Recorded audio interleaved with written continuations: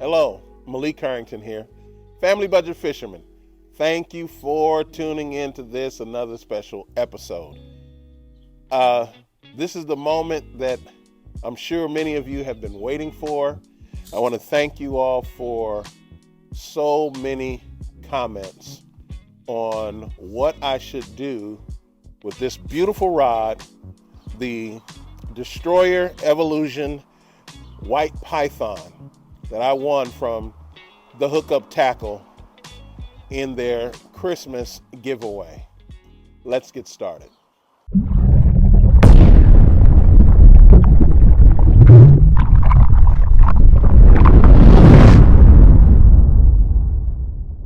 Thank you for remaining tuned in. Like I said, I got over 100 comments from you all, and I want to thank you, comments and DMs, for many of you who wanted to give me some advice on what to do with the rod, whether I should keep it, whether I should give it away, whether I should sell it.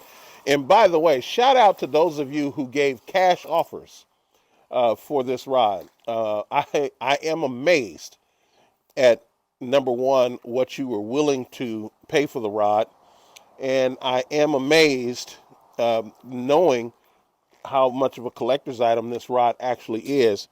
I did not know that this rod had so much value to it. So, at any rate, this is the point we've all been waiting for. Should I keep this rod, or should I give it away, or should I sell it? And I have decided to change the game on this channel and keep this rod. Yes, I'm going to keep this rod. The first reason I'm going to keep it, and there's several, but the very first reason is I'm grateful. I'm grateful to have won this rod. This rod is such a unique rod. Even the spinning model, if I were in the market looking for the model that is the compatible spinning model, I would not have been interested in it. Number one, it's too light for the kind of work that I want to put, the kind of workload that I put on a rod. I need at least a medium, and the window of capability for that rod is too light for my purposes. This rod fits right into it. It just happens to be a baitcaster. And for those of you who don't know, I own, including this one, I now own 4 baitcasters. I have no baitcast reels, but I own 4 baitcast rods. And if you've been watching this channel over the years, you would know that this channel started off with me owning 4 Shimano Curados. And I sold 2 of them, and now I still have 2, and I now have a Shimano SLX still with me. And now this Megabass Destroyer Evoluzion White Python. This is a beautiful rod, and I have decided, because several reasons. Again, number one, I'm grateful, and I want to thank you, Ben, and the Hookup Tackle, for allowing me to participate. Not that there was a special requirement, but I just am grateful, if you don't mind. And and this is such a unique rod.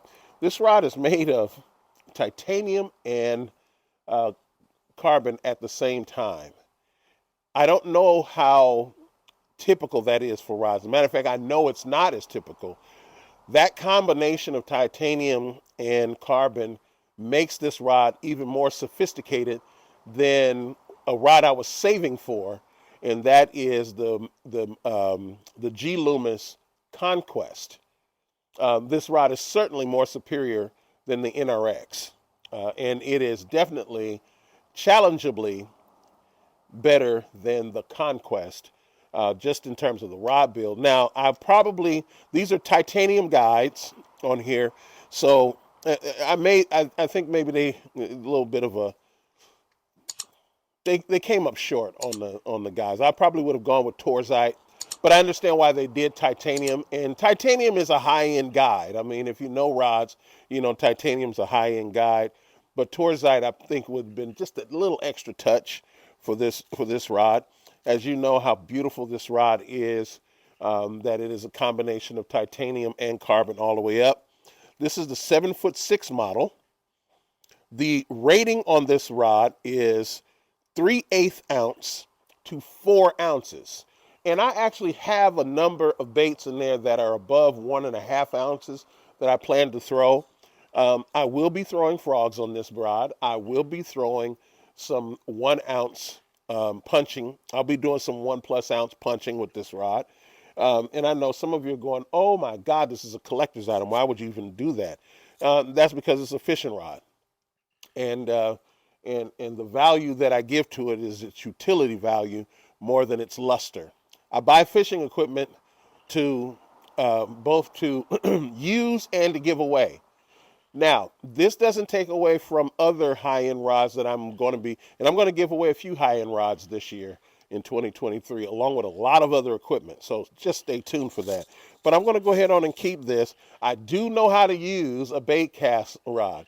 It's just that I have always, and I will still always prefer spinning rods, and this channel will still, for the most part, still throw display spinning rods and spinning reels. As a matter of fact, one of my challenges is to find a compatible reel. Now, some of you might say, well, go with a high-end Shimano or go with a high-end Daiwa, and I'm going to tell you right now, I'm struggling with my interest in those, and here's the reason why.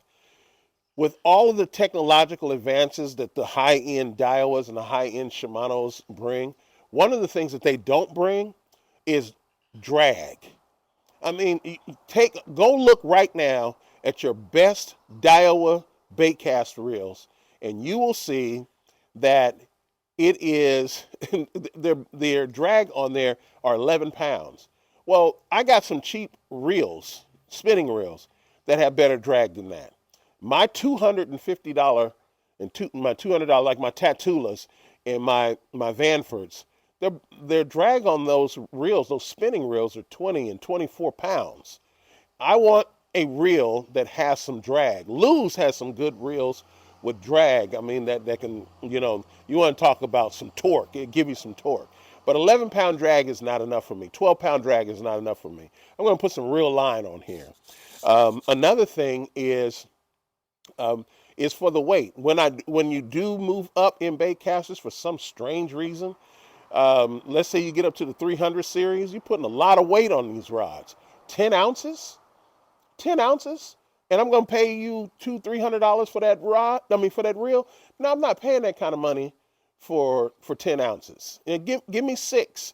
Give me 7. Give me 7 too. So those of you who want to help out, give me a recommendation. Number 1, the reel has to be under 8 ounces. Number 2, the drag has to be over 15 pounds. And I'm willing to spend some good money because my conquest money right now is going to go into that reel.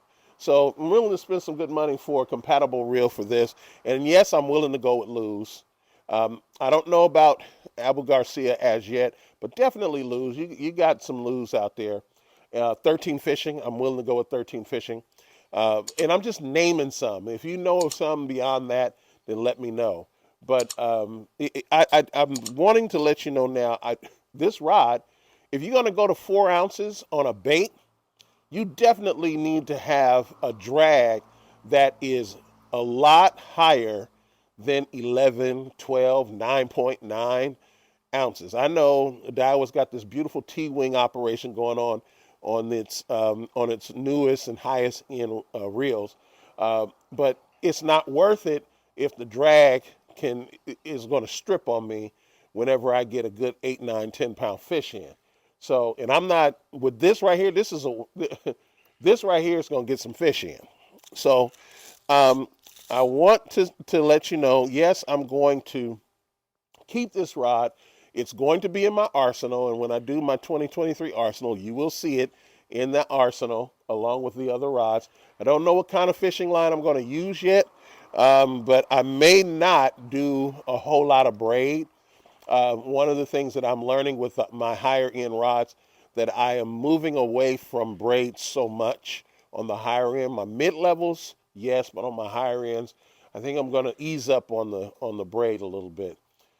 So Tell me what you think about what my decision. I like something here. This is called maximum torque, high modulus C40 high density titanium from Megabass. That's what it says right here. And like I said, that is some kind of rod there. That is a beautiful, beautiful rod. And I think that this Megabass, if I'm going to start fishing with bait casters, this is going to be where I'm starting. Where I'm starting. Now remember, this channel is not really based upon promoting spinning over bait casters. This channel is about helping you to figure out a formula to purchase fishing equipment at a discount. That includes bait casters. That includes bait cast equipment. That includes technique specific equipment for punching, for frogs, for swim baits, the whole bit. It's not to say, it's not to point out one, saying, okay, well, spinning rods are better. I don't know. I don't think that a rod is better. I think that the individual is a more mature and seasoned fisherman. That's what's the difference between a good rod and a not so good rod, is the person who is holding them. I can go out there and fish and catch trophy bass with a Walmart special for $30. And I can get out there with this and turn this into a $1,000 combo and skunk on a regular basis.